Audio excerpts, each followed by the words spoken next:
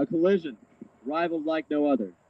As the sun falls over Drakefield tonight, 2-3-0, now Coweta County powerhouses will face off in a matchup that could determine the region. Hi, I'm Aiden. This is my partner, Callum, and I can't see him very well, but Sam. Tonight's our camo out game, and I'll give the mic to Callum. Thanks. So we are here for the second episode of not College Game Day, for our spoof of College Game Day. We're not getting sued. Northgate Gameday. It is very bright looking into the sun here, I just realized.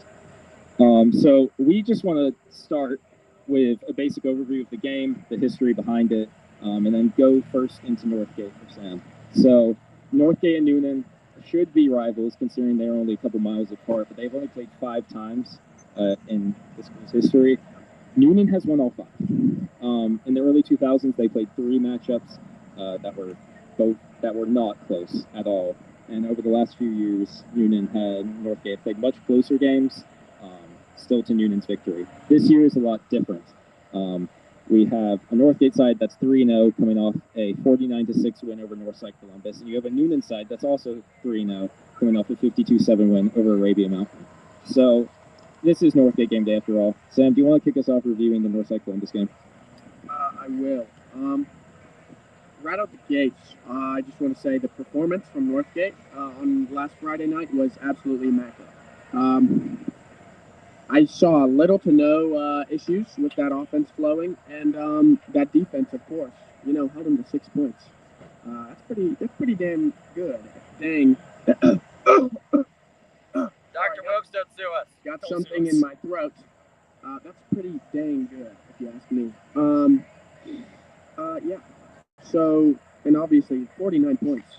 That's also pretty good. With Woody also, again, only playing half the game. Let me tell you, Woody has played half the game in 2 out of our 3 games. And he is still averaging over 100 yards a game, if I'm correct, which is absurd for my books. Now, you can be the judge of that at home, but for me, that's pretty good. Yeah, I'll say specifically from that game, Woody Scatini, like you just mentioned, 10 rushes, 110 yards, 2 touchdowns. But we also saw something really interesting, and it was that not only Bryce Jarvis, he's been the classic running back too this whole year, but also Timothy Gibson, who only had like a couple carries against Stars Mill and hasn't played, went off for, I believe, over 100 yards and also got 2 touchdowns. And then Bryce Jarvis also got about 80 yards and 2 touchdowns. So Northgate are coming in here with 3 top running backs, and we'll get to the Newnan comparison later in this show because they also have some fierce running backs that will probably determine this game. Travion Gill is still the best wide receiver in Northgate, no question. If Newnan shuts him down, it's going to be a hard game. In the passing offense, he had 5 catches, 87 yards, and a score. Northgate only allowed 11 passing yards, which, yeah, Northside Columbus, while they aren't very pass-heavy, they tried to pass the ball 7 times. They're a wing T offense. 11 yards is still amazing. Like, on 7 attempts, 11 yards, it's like, I can't do math right now, but you get it. I mean, it's not a lot. It's too early to do math. Okay. Too late to do math. My bad. Lastly, on the defense, Bryce Jarvis, Bryson Davies continue to lead the team. They had 22 total tackles, 2 tackles for loss. Jack Clark as well had a sack, I believe, and a couple tackles. So he continues to bolster the defensive line while Bryson carried the linebacker room. So first, before you good? All right. Before we get into Newnan, we're going to introduce Prince Corley, one of our new analysts. Connor Wood, we also said would be coming here, but due to reasons that we will not name because we don't know them, he's not here. So, what's up, man? How are you?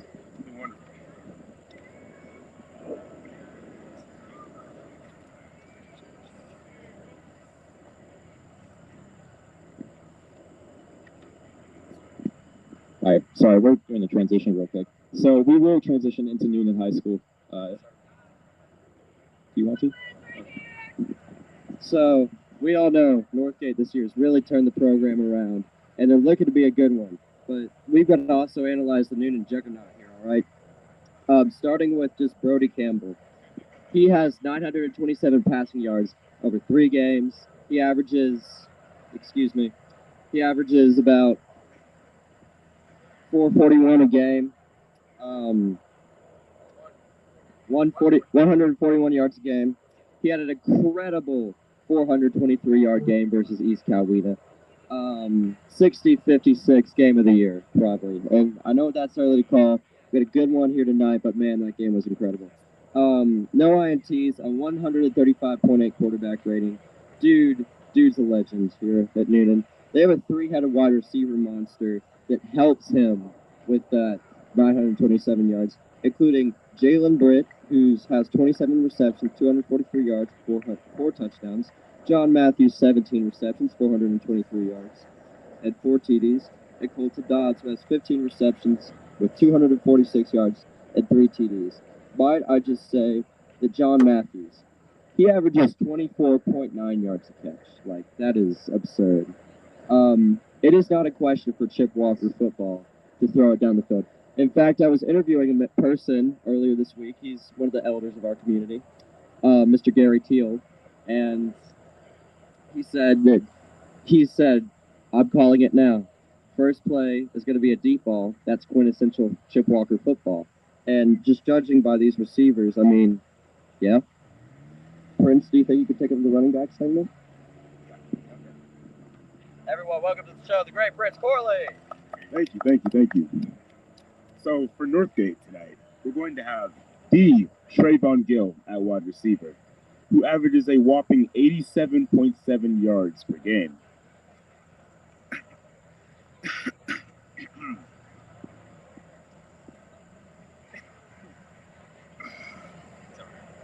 Give me a couple of seconds.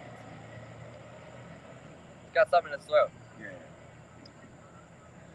Another running back for Newnan is Cameron Davis, who has 232 rushing yards. So we're looking to look at him tonight.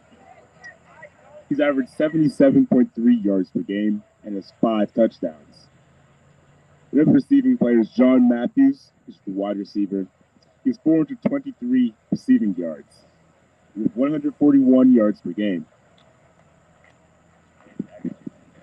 So, watch out with the mic real quick. Sean Greer is their running back too. 16 carries, 121 yards, 1 touchdown. We're looking with Cameron Davis and Sean Greer at the Woody Scatini Bryce Jarvis combination from Newnan. Now, you talked about how strong their passing game was. In the sense, are you okay? Yeah, You're making a really weird face there. But I want to ask you actually, because obviously we know Newnan has an outstanding passing offense, but their rushing game, especially in the red zone, is going to really click. So if you're comparing Woody and Bryce to Cameron and Sean, who do you think has the advantage? I think it all comes down to their specific abilities. So Woody is obviously a very shifty guy. He's really quick. He's really shifty. Not as heavy on power, but he does have a little power. However, Bryce Jarvis is more that power rusher type for the Northgate offense. I believe that while Newnan's rushing offense isn't as good as their passing offense, I think what they like to do is pass early, and they like to get deep in the field, and then they rely on that rushing game to get short gains, get those first downs, So once they're in the red zone, run a couple short runs, and I mean you're pretty much in there. And I think that's what they've been doing, from my perspective. So, finishing off, just covering Newnan, their defense coming in, this is a spot where we think Northgate can definitely exploit Newnan, at least in the air. Their cornerbacks, they picked up a lot of interceptions, but not many tackles, and a decent bit of points allowed. I believe around 20 to 30 a game. They allowed 56 against East Coweta, even though they came back from 25 down in that game. Rodney Colton and Josiah Smith are the 2 best players on Newnan. They're 2 outside linebackers. They lead the team in tackles and both have an interception each. However, and a big thing for the Northgate O-line, one of the main reasons we're talking about the running backs today is because our O-line is so strong this year. Newnan's defensive line only has one sack. They cannot pressure the quarterback. What they tend to do is, what I've heard at least from our sources in the football team who have scouted Newnan, is that they tend to fill one specific zone and target certain rushers, target certain pass blockers, and send all of their men there. It hasn't been effective. Sorry, turn the mic on accident. And if they're playing a team like Arabia Mountain, who have a really weak O-line and offense in general, and they can't even rush their passer, I feel like we're going to have a major advantage giving Ledger Clement some time in the pocket, which is a perfect transition, actually, because we want to talk about our X factors for the game. We all have one player that we believe will probably determine this game. This could be anyone at any possession on any side of the ball, and Aiden's is Ledger.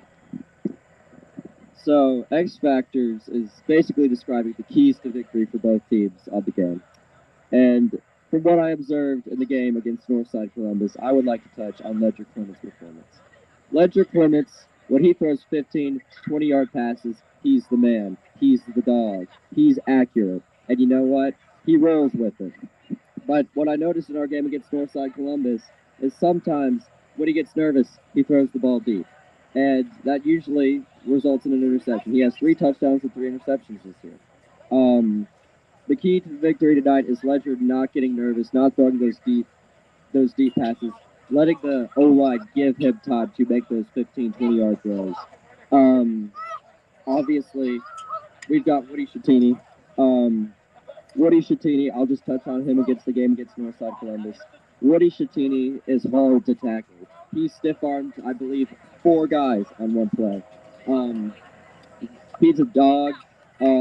He runs like he's in the trenches, and you know what? I'm here for it. Prince, would you like to touch on Woody Shattini?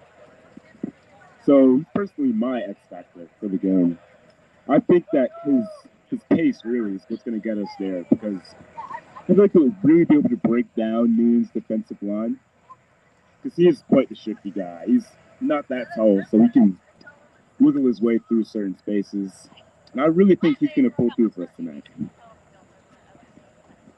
Sorry, I'm inappropriate. Anyway, I would have said that's what she said. I'm sorry. Anyway, my pick is... Set it on fire. Okay, Dr. Will Wilkes, Stoker don't fund sue us. us, please.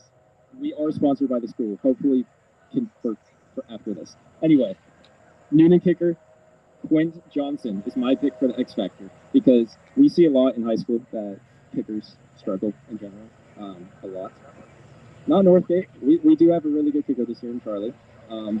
But the main thing for Newnan is Quint Johnson is automatic. He has he made 17 of his 18 PAT attempts this year and 4 of 4 from field goals. His long was 45 yards. We expect this game to be close. Do we agree on that? Like, we all expect this game to be a close battle. I expect to be Vikes by 90. My teammates don't show the same enthusiasm, but you know we're all hoping the Vikes get a big win today. So, Callum, yeah, there we go. Back to you. Okay. You can't say no. We're not. We're gonna be appropriate on this school-sponsored show. 2 mishaps. We're not getting a third. 3 strikes and you're out.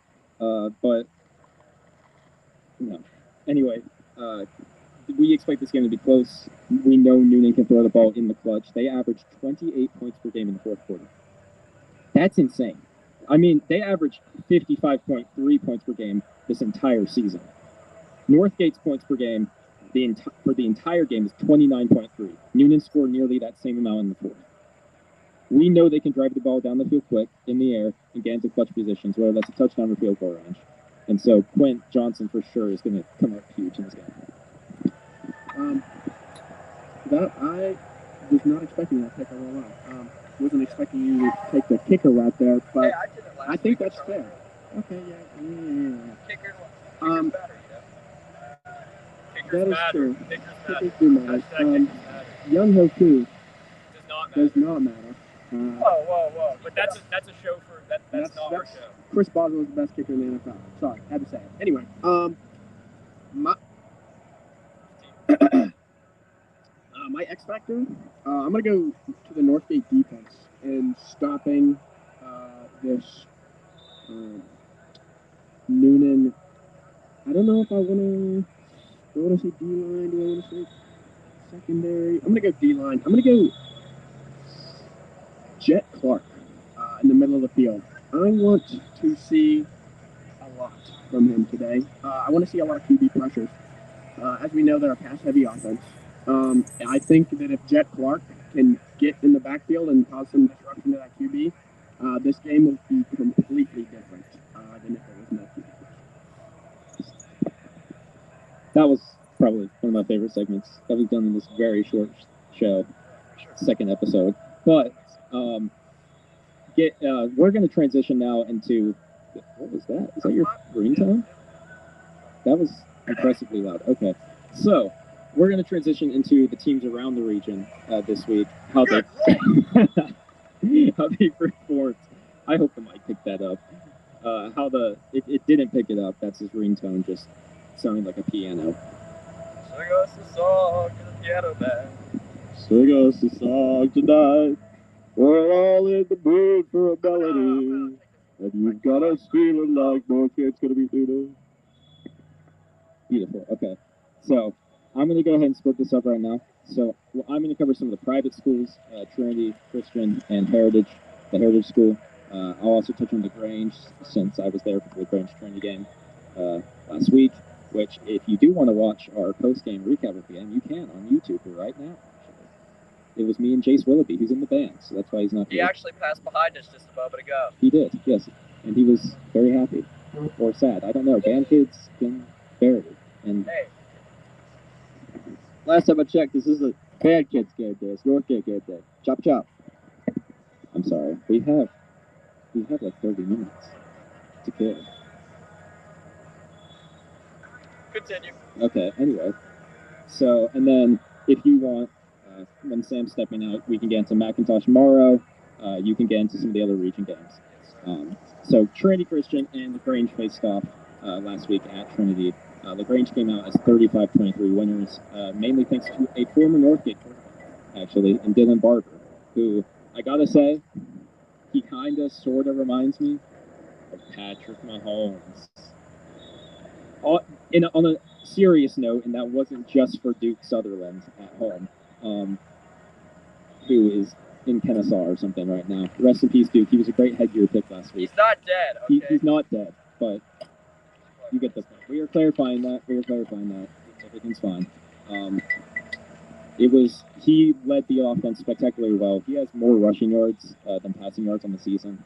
I believe he ran for over 100 yards, iced the game with a 40-yard touchdown run. Trinity, to their credit, they did really well. Jake Anderson, Ben Weston on defense, made literally every single tackle. We probably heard their name at least 20 times. Payne Eccles scored a receiving touchdown. Bakari Hamilton, dangerous running back as well. Their O-line struggles to make holes, though. He got free on a 30-yard touchdown at the end of the game, and he's their biggest threat, in my opinion. But he's really underutilized in the play calling and the line and the ways that the O-line's able to make those good. Can I touch on Dylan Barber for a second? So I've been watching Dylan Barber play football since kindergarten. Okay, recess football at Berks Elementary was no joke. Okay, and even as he ascended to his career in Madras in his first 2 years against Northgate, that kid, he could scramble, he could throw deep. That kid is a ball player. Quote me now. That kid's going to the NFL one day. Okay, well, I'm going to hold you to that. I did once say, because I went to Trinity for middle school, that Bakari Hamilton would go to the NFL as well. He is currently going to a Division III school. Type of guy So- to get drafted by the Arizona Cardinals. Why would he get drafted by the Arizona Cardinals? Bakari Hamilton, if you're watching this, you're going To the big AZ when you get drafted 20 to 30 or something. I don't know. Okay. Hey, don't worry. You'll be able to hear all of Aiden's sarcastic remarks the next time we have an episode. We will be improving the mic quality and have a couple surprises as well. This mic is hooked up to a karaoke machine right now. So that explains why it's so bad. And, karaoke can only make it worse. But, yeah, I love karaoke. This is my mic machine, so that's why it sucks. Thank you for that great insight. I'm so appreciative of that. We're analysts, aren't we? We're analyzing the karaoke I don't know machine. about paid. I wish we were paid, but Sam, you didn't get your paycheck this month? Yeah, me neither, dog. I don't know what I'm about. I can't pay these guys. I'm sorry, I'm broke. I have like $20 in my spending, and the rest is not coming out of my savings. So That's a lot of money. 20 is a massive amount of money, actually. That could buy you 5 4. Can't say That could buy you 5 4-for-4s from Wendy's, you know, or Burger King, or yeah, one of the crappy burger joints. we're not. Yeah, I am hungry too. It's okay. We can get food after this. Anyway, back to training. Yeah, where were we? We were on training. We're onto the games now. So Trinity fell to 1-2 after that matchup, and they're going to go on today to play Spalding County. Spalding County are 0-3. They have lost really poorly, and like they have played really poorly in like all their matches. We are not picking that game because Trinity Christian is going to win, and you can put me on the record for that. And I feel a lot better saying that on the record than he should about people going to the NFL, ignoring the fact that I also said that. LaGrange are 2-1. They go to play Fayette County. LaGrange actually no, LaGrange might be 3-1. I did not write that on our stat sheet. Sorry about that. Fayette County are also 0-3. Have lost every game by 45 or more points. Just it's not happening. So we are also not taking that game. Prince, do you mind going into the next game for us? We're looking at McIntosh and Morrow. Oh, okay. So, McIntosh currently, they're on a bye week after they lost 2 in a row. And McIntosh. They were on a bye week. Well, not bad. They lost 2 in a row. They travel away tomorrow in region. Brandon Riley is, at least in my opinion, their best player, having 39 carries for 288 yards and 1 touchdown. 3 touchdowns receiving on only 6 receptions, and even 2 pass completions. Morrow, on the other hand, are 1-2, and they're coming off of 2 straight shutouts, 24-0 and 46-0. We sadly don't have any stats for those games available, but they were pretty convincing wins. To correct you again, that is my fault because I wrote this script and I should have clarified they were the ones shutting out. Yes, 3 convincing losses. There are no stats on Expert for a pool for this, so we are going to have to go in kind of blind tomorrow. McIntosh will struggle, but we will be picking that game. All of our picks later to end the show will be in region matchups because this is the week where all 8 teams in our region kick off play. Actually, can you hit like what the region standings are like what the teams are looking like right now? yes, I can.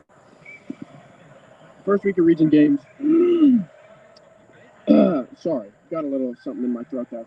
Okay, Northgate, Lovejoy, Langston Hughes, and Newnan are all 3-0. As you can tell, we have a pretty strong division. You would think. And then you come to the other side, and it's McIntosh, Morrow, Banneker are 1-2, and then Dutchtown is 0-3. Dutchtown last year was a very, very good team. One thing happened, and that's that they lost their quarterback. He transferred, and they haven't been doing too hot this season. So, obviously, Northgate Newnan played today. One of them is going to come out with a loss. And McIntosh, I don't know, McIntosh. I'm not gonna lie. Morrow, I believe we have Morrow scheduled for a homecoming game, which, if you know anything about high school football, you schedule a not very, but a relatively fun team for HOCO so that you can beat them. So according to my company, that is, they have the doubt in us. But I think we put up a good fight. Anyway, yeah. So I think Morrow is pretty buns. That's my opinion on it. Banneker's also pretty buns. Langston Hughes is pretty buns. Lovejoy's pretty buns. Noonan's pretty buns. Dutchtown's pretty buns. I think Northgate's the only team in this region It's when. Great takes. Okay. Lovejoy, Dutchtown, sorry. We'll play Lovejoy. Lovejoy coming up a 35-31 win. We're losing papers. 35-31 win over East Coweta, actually, which made EC fall to 0-4. But we'll get to them in a sec with Aiden. Langston Hughes will play Banneker. We're expecting a blowout there for sure. And yeah, one last point about Dutchtown specifically. You can find their max prep stats. And oh my word, they are woeful. Their passing yards, the leader in passing yards, is about 25 yards a game. The rushing yards is about 12. That's like the way the Northgate defense held Northside Columbus every single game against significantly weaker opponents with a team that was one of the best in the region last year and is expected to contend in the playoffs. That's like 37 average total yards a game. That's like really bad. I think Timothy Gibson has more yards a game than that. And that's our third string running back. Throwing no shade to Mr. Gibson, of course. He is elite, averaging 41 yards per game. Yeah, no shade to Timothy Gibson, but he's only played in 2 games. And it's just, I pray for the best for Dutchtown, but also I don't because they beat us in soccer last year, and I'm still very salty about that. Me and Prince are both very salty about that. We don't talk about that game. But what we will talk about is the last few teams we have to cover. So, Aiden, would you hit on Stars Mill? I sure will. Stars Mill, home of the great Emily and Noah Eller. Stars Mill are 0-3, and Stars Mill, throughout the years, from what I can remember, are a pretty dang good team. When you beat Stars Mill, when you quote-unquote drill the mill, it's been a big accomplishment. But this year, they're 0-3, and Whitewater blew them out of the water. Whitewater being the home of the great Gabe and Sadie Miller. People from my church. Shout out Black Creek Baptist Church. Shout out Pastor Josh. But today they play a team called Luella, who are 1-2. Talk about they utilize the wing T offense, the same offense we saw in Northside Columbus last week. But to my knowledge, Stars Mill's a good school. They don't have 9 players suspended. Northgate, when we played them, they didn't look their best, from what the great Jackson Bray had to say. But since then, I think they've improved. Dacian Furlow, along with Dacian Furlow and Marco Aguirre, have 136 yards per game between them at running back. That's pretty dang good. That's like maybe half of what he's numbers, you know. All across the country, companies are struggling to find the skilled labor they need. Amen. And then, Prince, would you like to touch on the East Coweta Whitewater game? East Coweta played Whitewater. They're going. Well, EC and Whitewater, they both had the week off, but they're both coming off losses. EC fell to a 0-4, or they fell to an 0-4 record with a 35-31 loss to Lovejoy, while Whitewater were crushed 44-7. That's not that good. 44-7 to Troup County. Troup County are a decently good team. Yeah, I did the research on Troup County.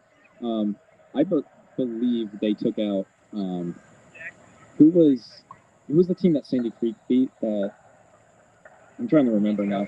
No, it was not East Coweta. Sandy Creek are one of the other best teams in the region. But it was. I actually can't remember what they were. I feel so sorry. I will figure out next time we have this game. I will correct myself, and I swear that is the first thing I will do after the introduction. I will tell you who that team is. But Troup County are a very good offensive side. They score about 30-40 points per game. And yeah, you can go back. East Coweta, they've had a pretty tough schedule with some decently difficult games. It's hard to tell if they're bad or if their schedule is just really hammering. Whitewater have been so incredibly inconsistent that it's also hard to tell how they're going to fare this season. Yeah, so, do you have anything on EC, or are you good?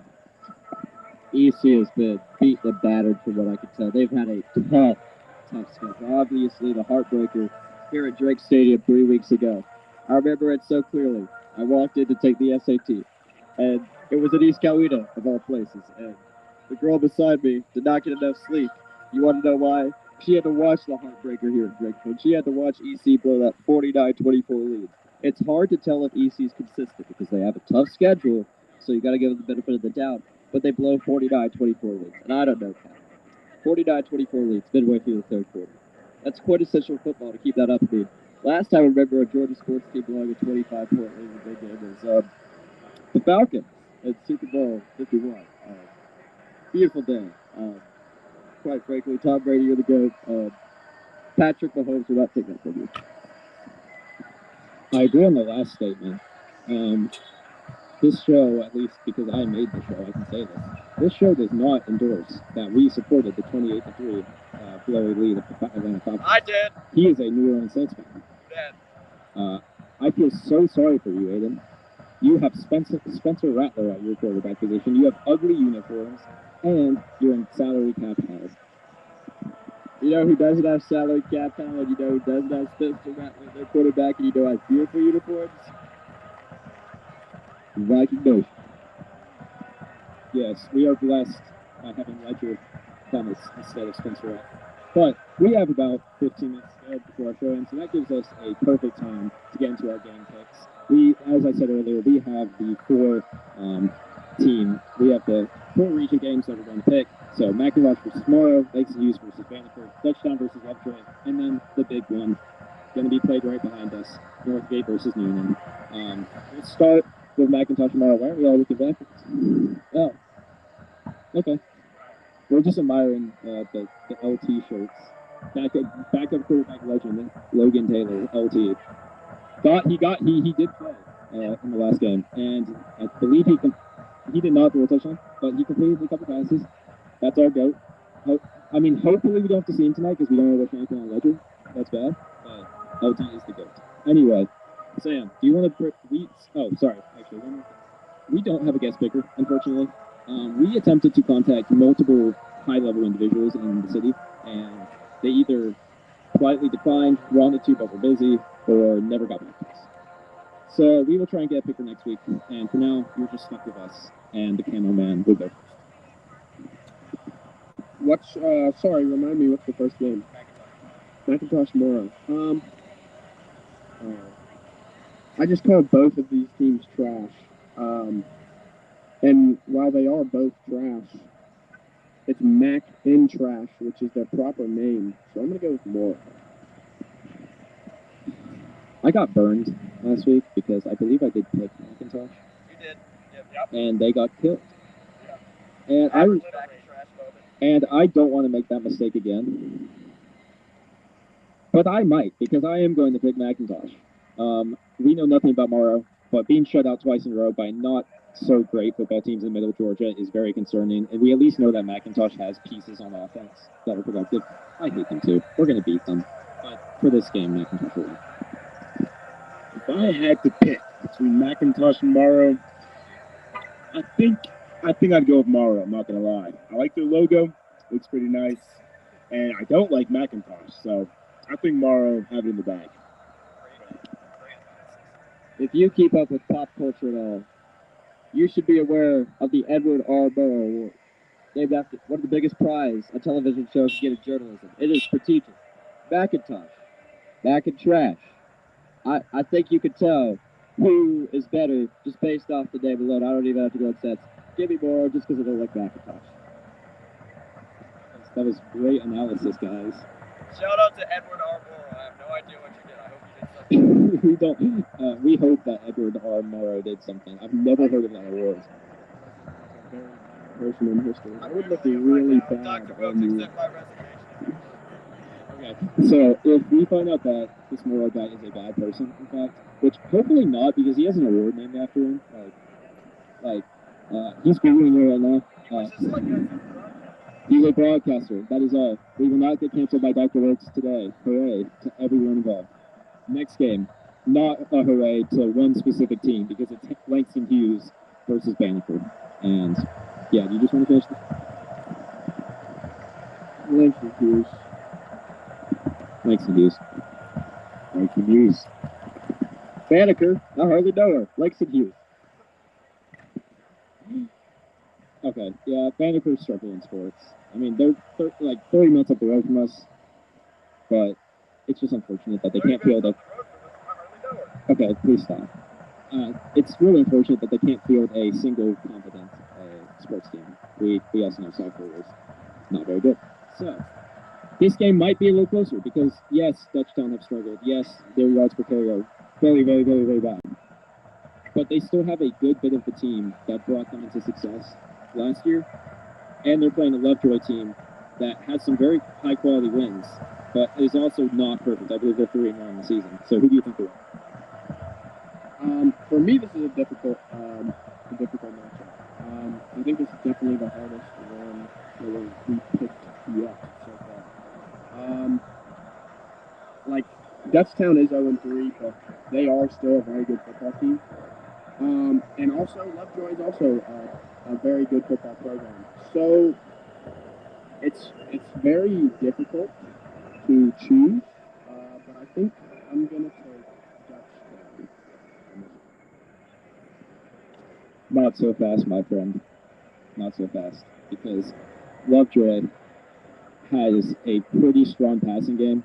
And even though EC's defense is weak, being able to beat them in a close game and be at least more consistent than a lot of the other teams in our region have been this year is a very good sign for them. Dutchtown have been consistently bad, in contrast. So give me Lovejoy. I feel like Lovejoy. I feel like they're just gonna pass Dutchtown out of this. I feel like Lovejoy's having the bad, to be honest. So I'm gonna take Lovejoy. I've had the pleasure of watching Northgate get beat not once but twice by Dutchtown in the past. And when I say pleasure, I was not very happy. Very displeased. Dutchtown's no joke. They are a force to be reckoned with. I've seen it firsthand, both times. I think I'm going to take Dutchtown in this one. They've just got a good football program to do that. Shout out to Lovejoy. Shout out to Fire Chief Landry Murchison, my cousin, who lives at Lovejoy. He's my. I know like 7 people. I think Callum's one of them. Sam, you're one of them too. And so are you, Chris. And Jesus. Can't forget about that too. Shut up, Callum. So yeah, I think Dutchtown's got it. Lovejoy, I mean, they don't really have anything that just shoots out about it. So give me Dutchtown. And the game tonight, the one we've all been waiting for, NG and W. I don't even know if that's the abbreviation. I just made that up. Anyways, we have the fans pulling in now. Sam, who you got winning the biggest game tonight? I'm getting another call here. I'm going to have to silence that one. Okay.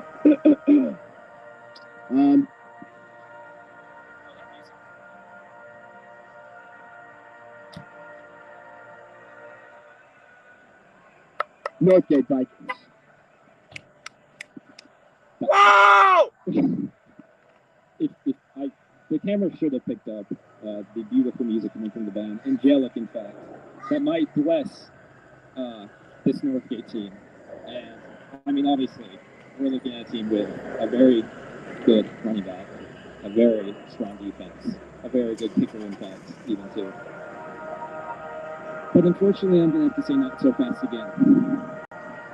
I'm going to have to say not so fast, my friend Aiden. I'm so sorry. It hurts me, and it pains me to make this pick. But I think that Newman's passing offense is too good. I believe we will be in a close game. I believe that we will have a very good fight. But unfortunately, our Northgate secondary hasn't been tested very Live look at very Sam strongly. over here. He's about to take the camera away and show you Sam. Sam is disappointed by such a pick. This is absurd. That might be the worst pick ever. Yeah, it's pretty absurd. I'm picking Newnan because our secondary has been tested, and because their passing offense, I think, is too good to be true with Freddie Campbell and some of the wide receiver threats that they have, especially. I'm sorry, everyone. I'm so sorry. to be honest. I think this pick is sort of a no-brainer. Didn't even have to think about it. I'm feeling Vikes by 90. I've got the Northgate Vikings. I said it 2 weeks ago, and Henry Seldon. I'll say it again. This Northgate team's got something dangerous. They got a chip on their shoulder. What is that chip on their shoulder? Momentum. Coach Whitley finally got it rolling together. Bada bing, bada boom, everything is coming together. Woody Shattini, all the pieces we've waited years for. All the pieces we've waited 27 years of blood pumping through us to finally beat Newnan. We've got it. But it's the biggest stadium in Coweta County. And honestly, I gotta give Cal a little bit of credit here. I wasn't expecting this. I wasn't expecting us to be at this spot, and honestly, I'm still not expecting us to be in this spot.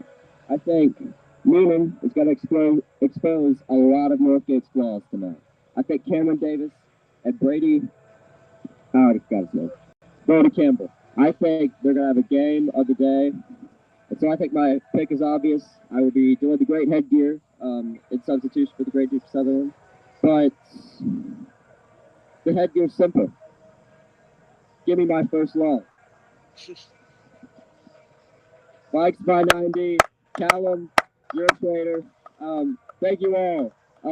And have a good game day.